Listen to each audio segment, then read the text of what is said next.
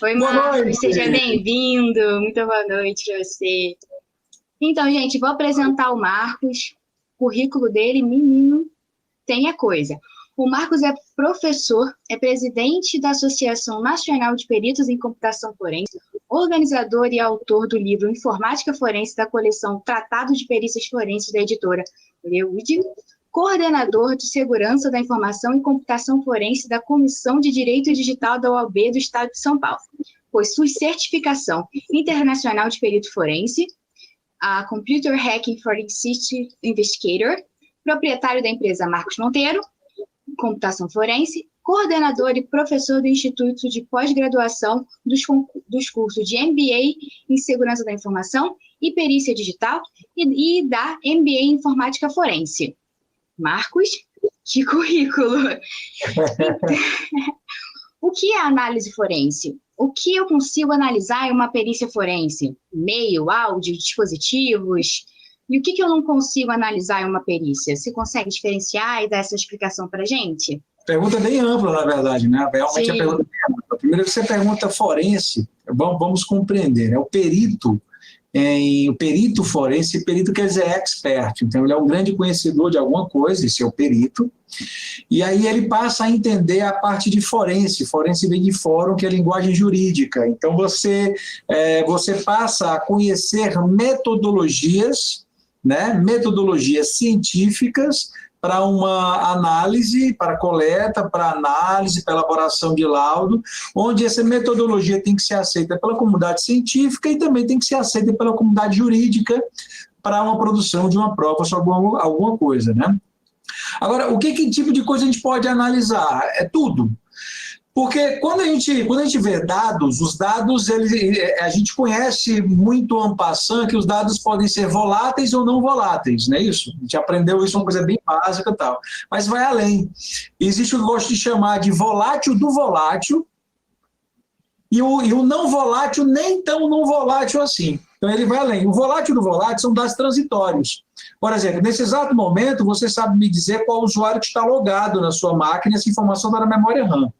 Só que se ele perguntar quais são os usuários que estavam logados há 5 minutos atrás, qual a conexão de rede que você tinha há meia hora atrás? Isso são dados transitórios, eles ainda estão na memória RAM, mas precisa ser feito ainda um data carving, uma recuperação de dados na sua própria memória RAM para analisar.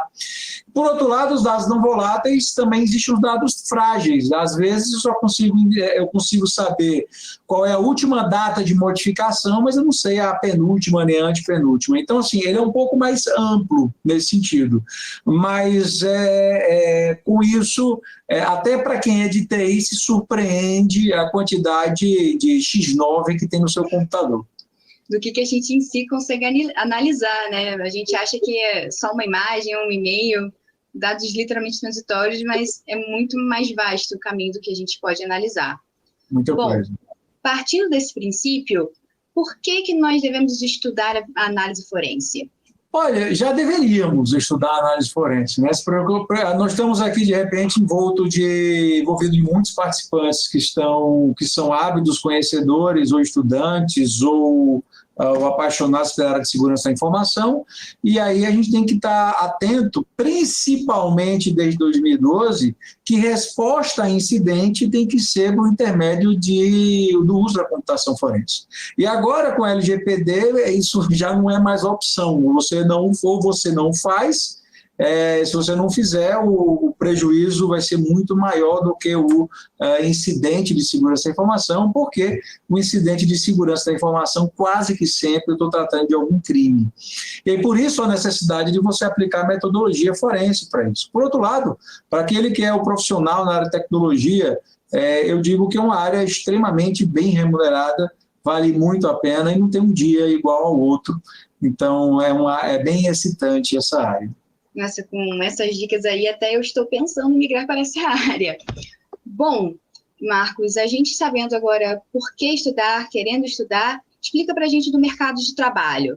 Onde trabalha o perito forense? Há mercado de trabalho nas indústrias e empresas privadas ou o perito só trabalha em cargo público? Muito boa sua colocação. Primeiro, quando a gente fala da aplicação da forense, ela pode ser judicial ou extrajudicial.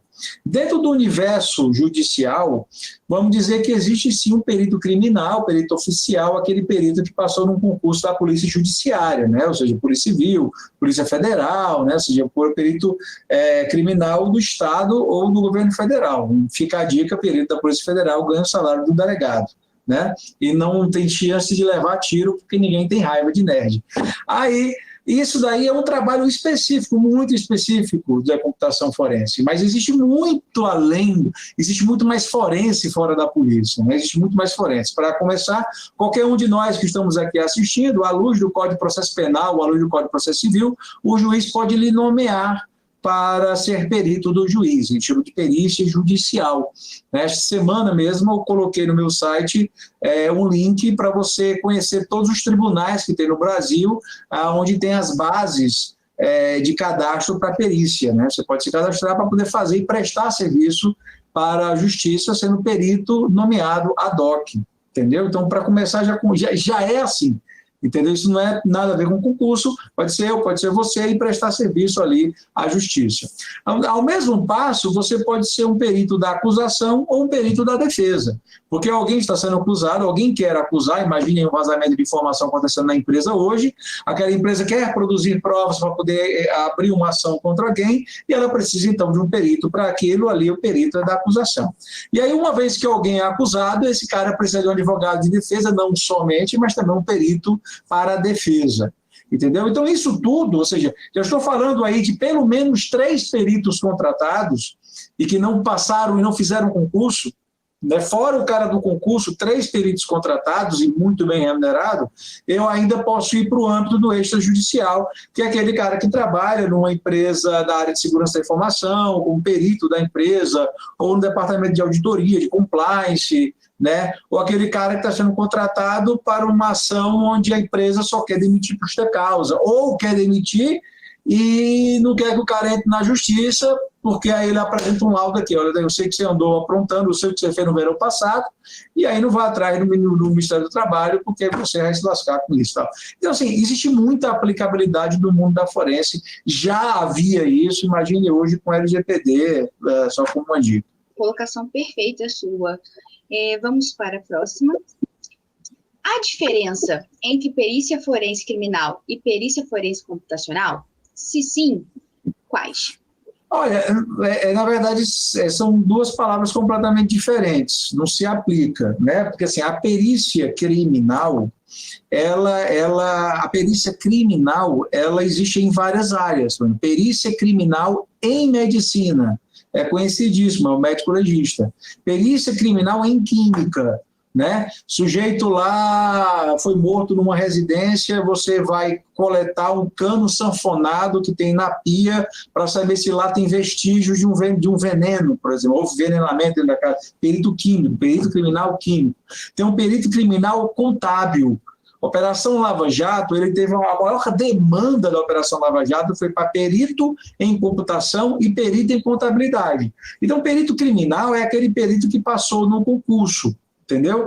Mas é para você entender, existe o Código de Processo Penal, que é o que trata de tudo que envolve, que são crimes, que é o direito objetivo, que é crime, né, para o Código Penal, e aí aquele perito que está lá atuando nessa área criminal, a gente chama de perito criminal. A especialidade dele é que existe diversas, e aí no meu caso, aí, o que eu posso falar é que eu sou da computação, apesar de gostar e conhecer um pouco de balística, que é outro tipo de perícia, papiloscopia, documentoscopia, imagem, vídeo, áudio. Então, são várias áreas da perícia, e aí tem a computação.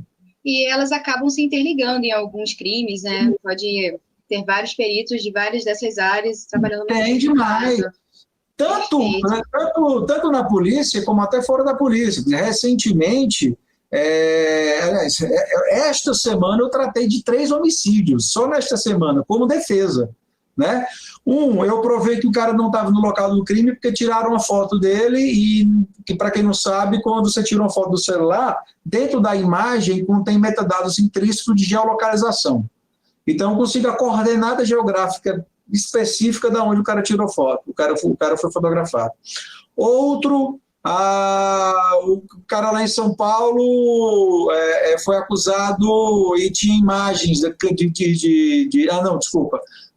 dessa semana. O outro foi uns policiais lá do Rio de Janeiro, acusado de terem matado um rapaz, e aí com as coordenadas que você tem do celular, né, aquela trajetória todinha, eu provei que ele não estava próximo do local do crime, entendeu? Então, assim, e o outro eu não posso falar agora. Então, assim, por algumas razões. Então, assim, são crimes comuns mesmo, mas que existem evidências digitais que vão lá provar. Teve um acusado de assalto essa semana também, que eu provei que ele não era. Provamos, né, aí foi eu e um aluno meu, a gente fez uma análise de imagem do CFTV e eu vi que a altura do criminoso, ele era 1,68 m de altura, enquanto o cara que estava preso injustamente tinha 1,80 m. Então, sim, são né? aplicabilidades mesmo. São crimes comuns, por exemplo. Perfeito. É só uma nomenclatura ou há uma diferença mesmo entre perito e analista? Olha, a perícia é uma atuação. Muitas vezes é um analista que ele é o perito, o trabalho dele pericial é você utilizar aquele conhecimento que você tem adquirido como analista, por exemplo, para você fazer aquela investigação, são coisas distintas, entendeu? O que é interessante é que, à luz do Código de Processo Civil, por exemplo, existem casos onde o perito nem nível superior precisa ter, ele precisa demonstrar conhecimento, mas não necessariamente precisa ter nível superior, isso à luz do Código de Processo Civil. Pelo âmbito penal, não, mas no âmbito civil, sim. Pegando essa parte da aplicabilidade em áreas de trabalho, quais são as áreas e setores que eu posso trabalhar na área forense computacional? É bem amplo, pegando exemplos bem distintos. Da forense IoT, pegando como luz aí a galera que falou agora, né? Excelente assunto abordado agora. Forense IoT é um universo bem distinto.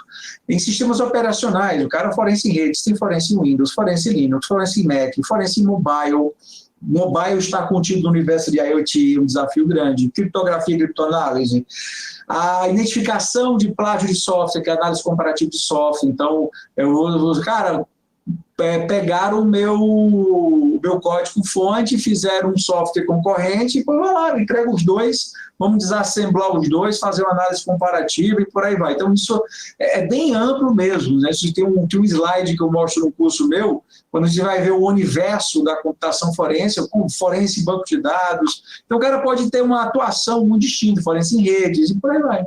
Tendo ainda dentro dessas partes da atuação, a gente tem muitas referências, às vezes, de Mr. Robot e tal, de uma atuação mesmo do perito. E qual é a atuação dele numa cena de crime em si? Em que ocorre um assassinato? Quais são os assim? Olha, interessante, vamos lá. O ato da perícia, como eu falei, é um conjunto de métodos científicos que tem que ser aceito pela ciência e pela justiça. Contexto muito amplo, o trabalho pericial começa na coleta. Uma coleta feita de forma equivocada, isso gera problemas a posterior. Então, a coleta é feita em local de crime, muitas vezes, entendeu? Então, assim, você coleta vestígios, analisa esses vestígios para encontrar evidências, até você chegar na fase de elaboração do laudo. Então, o perito ele pode e deve participar, por exemplo, do cumprimento do mandado de buscar apreensão ou ir no local do crime onde possam conter vestígios digitais. Acontece demais isso. Vamos aqui para a nossa última pergunta. A gente já viu mais ou menos por onde começar a estudar, o porquê estudar. E aí eu queria saber o que eu preciso literalmente saber para iniciar uma carreira de analista forense, requisitos, como me candidatar. Você falou no início, né, que é algo bem simples, né, se você dizer que tem, você consegue ir para a área da área civil, né, você ser chamado, mas dá um caminho das pedras para a gente, o que a gente precisa de requisito? O caminho das pedras são dois, né? Como eu falei, existe, no âmbito judicial, existe o Código de Processo Penal, o Código de Processo Civil. O Código de Processo Penal é bem mais restrito. O artigo 159 do Código de Processo Penal, ele fala que na ausência de um perito oficial pode vir a ser nomeado 2. Mas é muito mais comum a nomeação para perito no âmbito civil. Aí você vai ver o artigo 156 do Código de Processo Civil. Ele que determina como é que se dá o cadastramento de você no tribunal. Então, assim, para ser cadastrado e para atuar com perícia, até não é difícil, mas é muito importante que você tenha conhecimento. E aí, muito bem, muito graças a Deus, hoje nós temos vários livros de referência no mercado para você estudar, existem vários cursos, existem várias pós-graduações de qualidade, né, à distância, presencial, EAD, ou por videoconferência. Então, assim, está disponível a informação. Eu sou de uma época que não existia, ninguém sabia que diabo é computação forense. Até alguns peritos dentro da polícia não sabiam o que era computação forense. Então, assim, houve realmente essa época. Falta realmente de uma disseminação de conhecimento. Mas hoje está aí o conhecimento na sua porta, está disponível para você estudar, se aperfeiçoar e atuar e colaborar com a justiça, que é muito prazeroso. Perfeito, Marcos. Você quer deixar alguma dica para o pessoal? Por onde começar? O que você diria para a gente hoje que está no início e que talvez queira seguir essa carreira? Você tem algum conselho? Olha, é a seguinte, primeira coisa é quando você vai estudar um pouco sobre computação forense, você sente muito medo em atuar nessa área, né? E aí a primeira coisa que eu quero dizer é que isso é muito bom. Quando você parar de sentir medo, você muda de área, porque aí vira um esporte radical, certo? Então você não pode deixar de ter medo é normal, ter medo é natural, mas aí contem comigo, estou sempre à disposição. Contem com o APECOF, que está sempre à disposição, para poder ajudar todos a fazer um trabalho excelente. Então, meus contatos estão disponíveis lá no meu site, marcosmonteiro.com.br. Lá você consegue entrar em contato comigo. Marcos, eu peguei uma perícia, estou numa dúvida, eu vou lhe dar uma orientação, já que quando eu comecei eu não tinha. Então, o que eu puder fazer para você fazer um excelente trabalho, faça com responsabilidade, com ética, com transparência. Caramba, que sensacional. Temos aqui um especialista acessível, né, gente? Então, vocês já sabem onde puder procurar ele. Marcos, queria primeiramente agradecer pela sua disponibilidade, por você ter falado desse assunto de uma maneira tão leve, tão simples. Eu que realmente não tinha muito conhecimento na área. Tive todas as minhas dúvidas aqui sanadas. Obrigada pela sua presença, Marcos. Até mais.